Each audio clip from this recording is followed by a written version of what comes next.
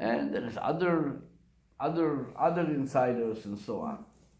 But I want to share with you something interesting, what I learned from the Rabbi. The Rebbe discusses the older thing, but the Rebbe goes in with a discussion about the 50-year thing.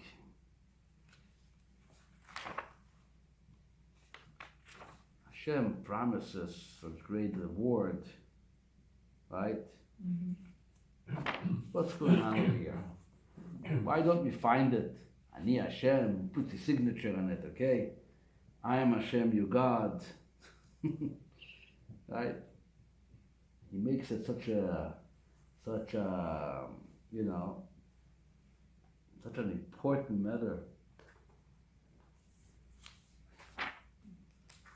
Who is that? Oh, this is what the Rebbe says.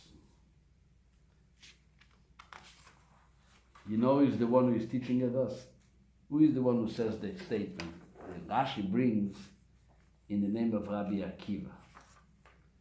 Rashi says that Rabbi Akiva said that why is the Torah telling you, Rashi and Chumash, why does the Torah tell you I am God and you increase with your brothers even more?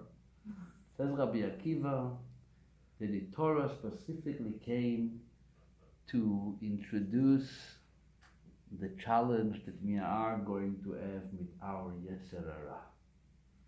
We are going to have a challenge with our evil inclination. What is the evil inclination going to tell us? What are you doing? You finally see a fruit that's growing. Hold yourself back 1 year. Hold yourself back a second year. Then a third year. Then a fourth year. It's going to be very challenging. It's going to be very, very challenging to hold back from eating something, especially, like I said before, you're eating something which eventually is going to become kosher. When the Yetzer Hara comes to you and tells you, don't eat chazer, go ahead and eat chazer. I'm not eating chazer. He's going to tell you it's so tasty. Sorry, I'm not eating it. A treif and a treif and a treif. Next. Why wouldn't you eat chazer? Because you know chazer is treif. Chazer will never become kosher. But then the Yetzer Hara comes to you and he says, hello, look, the apple is there. Nothing is changing. It's the same apple. And somehow it's going to come Rosh Hashanah 5760 or 5781 and suddenly it's going to become kosher. What are you doing to yourself? And you see the same fruit growing again, picking it, disposing it, picking it, disposing it. And the next thing, only later it's going to become kosher, says Rabbi Akiva. This is going to be a very difficult task. So therefore, God has to come and promise you, lehosif lachem tvasa. Listen, control yourself, because I promise you that in the end of it, not only you're going to get a reward like you get a reward for every mitzvah that you observe, I'm going to increase the value of your product. You're going to make it in a way which is much more than you expect. It's maybe going to taste better, it's maybe going to erase. And that's how the verse says. Le'osif lachem, not ve'osif. I will add. God says, do it. Le'osif, what does le mean? So in order, I shall increase your products. It's one depending on the other. I want you to do it so I can give you what I want to give you. That's what Rabbi Akiva comes and teaches us. Why? Because it's difficult. It's difficult.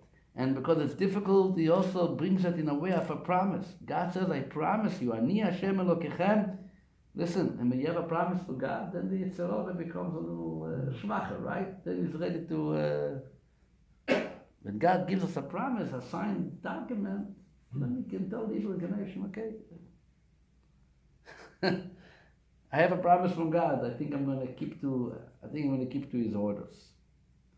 It was actually Rabbi Akiva, the same Rabbi Akiva, You remember the story of Rabbi Akiva? When did Rabbi Akiva start learning? 40 years old. 40. Now after 40 years to throw off his throwaway his job and say, okay, I'm going to yeshiva. Just because his wife told him to. That's the story, right? Rabbi Akiva could also say, if I go to yeshiva now, I'm showing that I wasted 40 years of my life. I don't think I can do it. I don't think I want to do it. He went. And what happened after he went? What happened to Rabbi Akiva after he went to yeshiva? He became so successful in his studies to the point that he reached. He himself became the headmaster of such a big yeshiva of 24,000, or according to some opinion, it was 24 chavrutot, which means 48,000 students. He became the rabbi, which till today, the Talmud rules that if there is anywhere a disagreement between Rabbi Akiva and his colleagues, you're going to accept Rabbi Akiva's opinion, because no one can argue on Rabbi Akiva. No one can argue on Rabbi Akiva. The halacha is going to be like Rabbi Akiva. That's how we view Rabbi Akiva. Rabbi Akiva is the greatest of the great. Greatest of the great. He's there, the one. And he is the one who can tell us what we just learned. He is the one who can tell us, you hold yourself, you go and you go and you experience something else, you hold yourself back from your regular day-to-day life, and you go experience a yeshiva lifestyle, and you become successful. So he's the teacher who can inspire us when it comes to Orla. He says, look at me, I did it. I held myself back from what I was always doing. I controlled myself to do what I always do. And I picked myself up to do something which didn't seem right. It didn't seem normal to anybody else. Even to myself, it didn't seem normal. But I became successful. So the Torah comes, according to Rabbi Akiva, and it says, Orla is the same thing. You're going to show restraint, and you wonder why. How's it going to work? Wait. It's going to come a 5th year, and the bracha is going to be there. It still needs further explanation, but the one thing is very clear from the story of Orla. I think this is one area which I think we don't have any challenges or any questions. What's the point? Chassidus calls it iskafia. You ever heard the term called iskafia? Eat kafia, like lichfot. Bend yourself. Hold yourself back from something. This is the strongest, and Dr. Rabbi Tanya keeps on talking about it. A person to restrain himself from giving in to his temptations, his desires. I want to look somewhere. I don't look. I want to say something. I don't say. I want to hear something. I don't hear. I want to eat something. I'm not going to. This is the strength. This is restraint. This is the source of all the blessings. This is what all it teaches us. You're going to become stronger and better than you imagine you can be, just by keep on restraining yourself. Hold back, you almost want to do it. I'm about to do it. I want to tell you something else. Spoke a little bit about it before Purim, but we get into the Purim atmosphere, so we stopped talking. We said l'chaim instead of talking. But really, this is the source of simcha. People are talking about joy. I want to be happy. Spend money going to this colleges, makatras, and everything, and this talk. Everybody's looking for happiness. This tool for happiness, that diet for happiness, this idea for happiness, 10 ways for happiness, 15 steps for happiness. All kinds of happiness. I can share with you only for you. Only those who are in class. A very simple recipe for happiness. You want to be happy? Restrain yourself from doing something that you want to do. Don't do it. I'm not talking something good. Something good you should do. But something which is on the borderline. Don't do the laundry. Hold yourself back. Restrain yourself. Or the opposite. You don't want to do the laundry. Go and do it. You know how happy you're going to feel and accomplished. You see, I didn't want to do it, but I banned myself and I did it. Now, look, my laundry is all made. I can be happy. You want to eat something. You know, it's not something you should eat. And you show the food. You're not going to be my boss. I'm going to be the boss on you. You're not going to control me. I'm going to control you. You know what it ends up? It results in happiness. Because you walk out and you say to yourself, aha, the ice cream is not dominating me. I'm a person. I'm a mensch. I have a conscience. I can dominate something which is less important than me. I thought till now that anytime I see an ice cream, I have to eat it, and I have a weakness for sweets, and whatever Mr. Gas people say. And I showed myself, I proved myself that I'm not so weak. And when you prove yourself that you're not so weak, you give yourself a few moments of happiness. And believe me, a few moments of happiness counts. It is very, very important in today's day and age. Iskafia, Orla. Think about the mitzvah of Orla. Think about it. 3 years. None of us it's 3 years. Sometimes it's 3 minutes. Sometimes it's 3 seconds. Sometimes it's 3 hours. Sometimes it's just to shut up for 1 second. Just don't say, yep, I can't. I have to say it. No. Don't say it. And you're going to see, you're going to be happy. So it's not only that you gain, but not doing what is wrong. This is one accomplishment.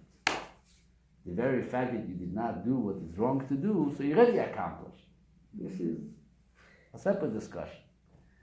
But what you're gaining more is the happiness and the joy of able to control yourself.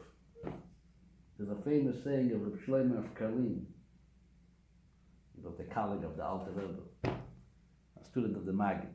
Rabbi Shlomo of Karlin said, he said it in the other way. He said that the Yetzer Hara, the evil inclination, when he gets you to do something wrong, his accomplishment is not that he got you to do something wrong.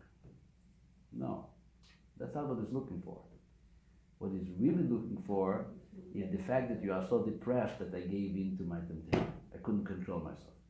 Mm-hmm. So now you say, the Yetzer Hara, the power of Klippa stands there and it says, Machaya, look, I got a person to be depressed. He is not going to be happy tonight. Why not? Because he didn't know what he shouldn't do. That's what I wanted. Now I can really get him because it's done. The opposite is true too. What is what God wants from us? He wants from us simcha. Simcha. A yid has to be happy. A person has to be happy. Simcha is geula. Simcha is redemption. But how can you be happy if I just couldn't even hold myself back for a second? I was sitting with my friend, and they brought up that name, and I had a good juicy piece of lashon hara that I could say about that person, and I knew that it was wrong, but I couldn't control myself. You go back, what a shlom, what a shmo. I couldn't even for a second. But the person who was controlling himself walks away. You saw it was on the tip of my mouth. I almost came out. But I showed that the Yetzer Hara, you're not going to get me. In 3 years, stay away from the tree. Look at it, and it's so tempting, and it's so kosher. It looks kosher. It's a fruit. What can be wrong with a fruit? Rebbeinu Shalom, it's a fruit. The same apple. I'm going to eat 3 years now. Yes, but you hold yourself. You restrain yourself. And you try it once, and you try it twice. The Alter Rebbe promises that as more you train yourself in restraint, eventually it becomes natural to you. Eventually it becomes natural. I mean, the Yetzer Hara of the 21st century, really figuring out how to deal with natural personalities too. But a separate discussion. But Rabbi side, this is what we're going to walk away from. Sounds good? Jerry agrees? Agreed or not? We'll try. Oh. Welcome. You missed a good class. Any questions, any comments? I think all the limits forbidden is forbidden, permissible is not necessary. The Rebbe says that forbidden is forbidden, and what is permissible is also unnecessary.